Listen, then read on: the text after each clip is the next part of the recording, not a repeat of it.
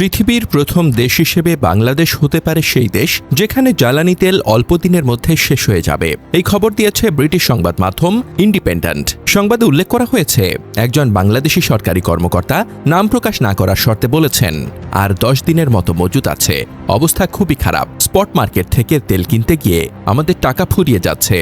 বাংলাদেশের মতো একটি ছোট এবং জনবহুল দেশে 1.5-2 মাসের বেশি তেলের মজুত থাকা অসম্ভব। দেশে কোটি কোটি মানুষ, সীমিত সংরক্ষণ সুবিধা এবং সীমিত বৈদেশিক মুদ্রা। অন্য বড় দেশগুলোর তুলনায় বাংলাদেশকে এই সংকট কিছুটা আগে মোকাবেলা করতে হবে। এটি কোনো অনুমান নয়, এটি বাস্তবতা এবং এটি স্বাভাবিক।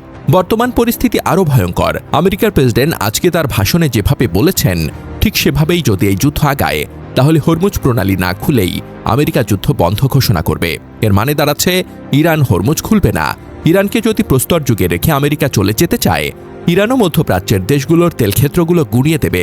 এর মানে বুঝতে পারছেন, শুধু যে তেল পাবেন না এমন না, বৈদেশিক মুদ্রাও পাবেন না। কারণ মধ্যপ্রাচ্যে থাকা অনেক প্রবাসী চাকরি হারিয়ে দেশে ফিরবে। এখন তো বেশি দামে তবুও তেল কিনতে পারছেন, তখন সেটাও কিনতে পারবেন না। এমন অবস্থা যদি আর 1 থেকে 1.5 মাস চলতে থাকে, বাংলাদেশের মতো দেশগুলোতে দুর্ভিক্ষ হবে। ইউরোপ ও আমেরিকার শীর্ষ চিন্তাবিদরা ইতোমধ্যেই সতর্কতা জারি করছেন। তারা বলছেন, বাংলাদেশের মতো দরিদ্র দেশগুলো সবচেয়ে বেশি ঝুঁকির মধ্যে থাকবে।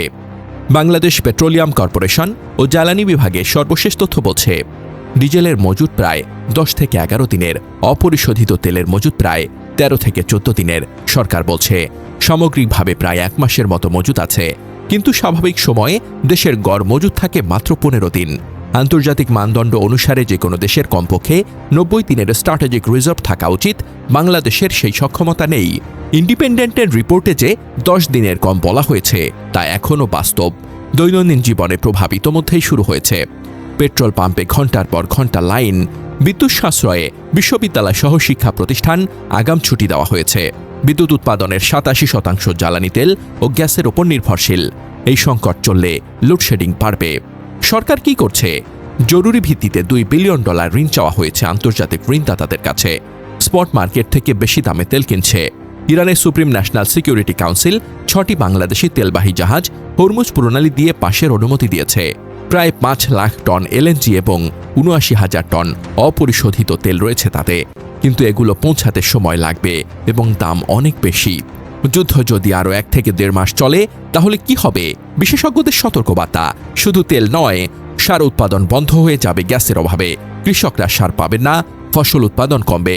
মধ্যপ্রাচ্যের লক্ষাধিক বাংলাদেশি প্রবাসী চাকরি হারিয়ে ফিরলে রেমিটেন্স ধস নামবে। বৈদেশিক মুদ্রার রিজার্ভ আরও চাপে পড়বে। এটি শুধু বাংলাদেশের সমস্যা নয়, এটি বৈশ্বিক শক্তি সংকটের শুরু। যদি হরমুজ পুরোপুরি বন্ধ থাকে, তাহলে বিশ্ববাজারে তেলের দাম আকাশ ছোঁয়া হবে। বাংলাদেশের মতো জনবহুল, আমদানি নির্ভর দেশ সবার আগে ধাক্কা খাবে।